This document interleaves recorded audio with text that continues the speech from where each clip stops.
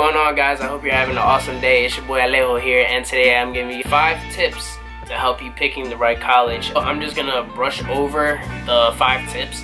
I'm not gonna go too much in depth because I don't want this video to be crazy long, but I just hope it helps you guys out a lot.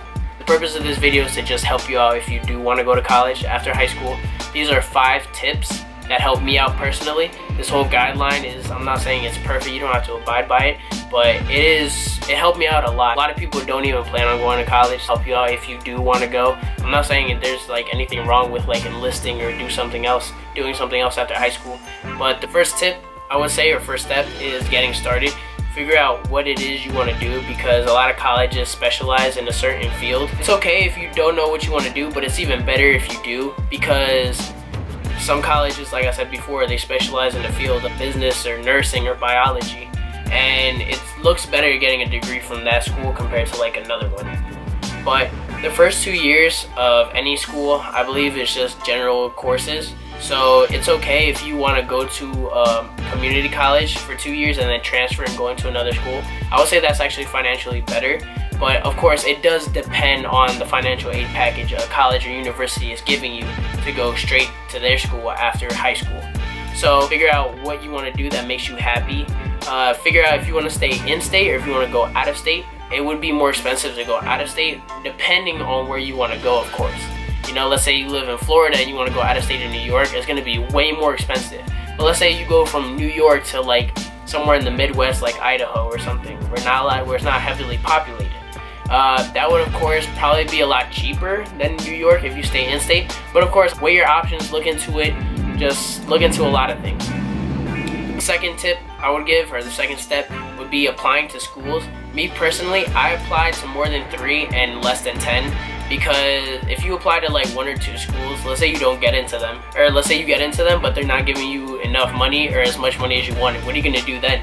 So, and I didn't do more than 10 because I didn't want to be stuck in like the mailing, the emails, the whole bunch of like what if the college like wants something from me and I have to request it from the IRS website, or I have to wait for something to come in the mail, or I have to look for something. Every school is different. Every application process is different, of course. So it's really a tedious process to go through, especially if you're applying more than 10 schools. Like, that's really hard. I know a lot of people who do that apply to more than 10 schools. That's perfectly fine. But me personally, I couldn't do that. I only applied to like about 7 schools, got accepted into like 5, and then I narrowed it down to my top 3 choices. Based on, you know, what I wanted to do with their location and the opportunity they were giving me for X amount of dollars. So also see the requirements, your SAT scoring, and a whole bunch of other stuff that they might want from you. Obviously, I'm not going to get into Yale or Harvard, so why would I waste my time if I don't even fit their requirements there?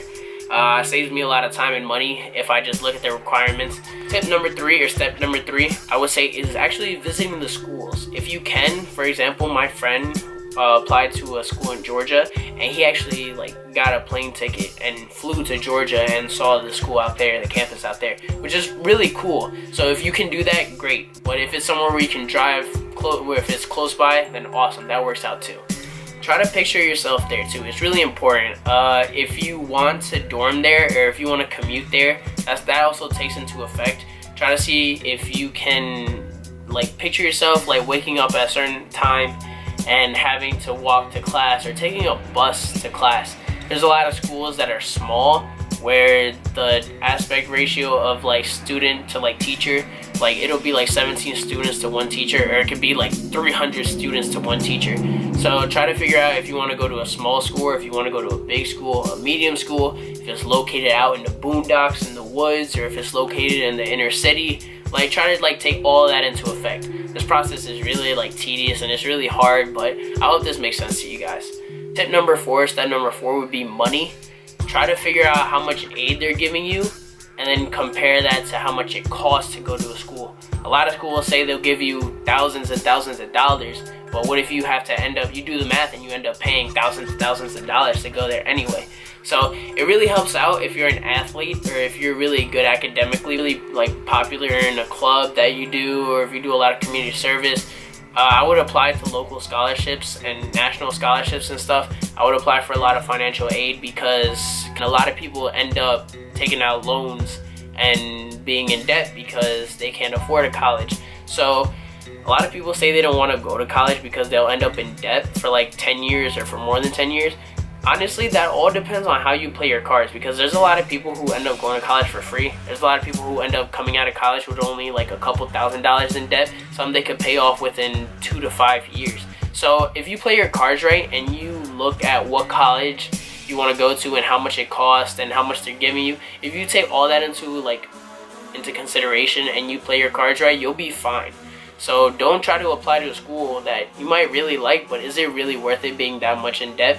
You just have to figure out what makes you happy, and if it does make you happy, then go for it. I totally respect that. Do what makes you happy. If you want to be in debt and do what you want to do, that's perfectly fine. But me personally, I don't want to be in debt. I just want to go to school, come out and be successful. I want to live comfortably. I don't want to be really in debt or not even happy doing what I'm doing. I just want to be comfortable. That's just me personally though. Tip number 5 or step number 5 would be seeing your guidance counselor. Guidance counselors are there to help you. They'll help you out if you just sit down and talk to them. Just ask them for like local scholarships and like what you can do to make your process easier, and they'll call other schools up and they'll just help you guys out a lot. It's like I love my guidance counselor because she helped me figure out like through this whole process like so much, and I appreciate her so much. Go to a school, take into consideration what they offer you, what kind of jobs they have, what kind of benefits you can reap from them, because that'll all help you out a lot. Alright, so yeah guys, I hope this video really helped you out a lot. If you do have comments or questions, just leave them down below. I'll answer them for sure. If you haven't checked out my first video, please check it out. I'll leave it in the link in the description.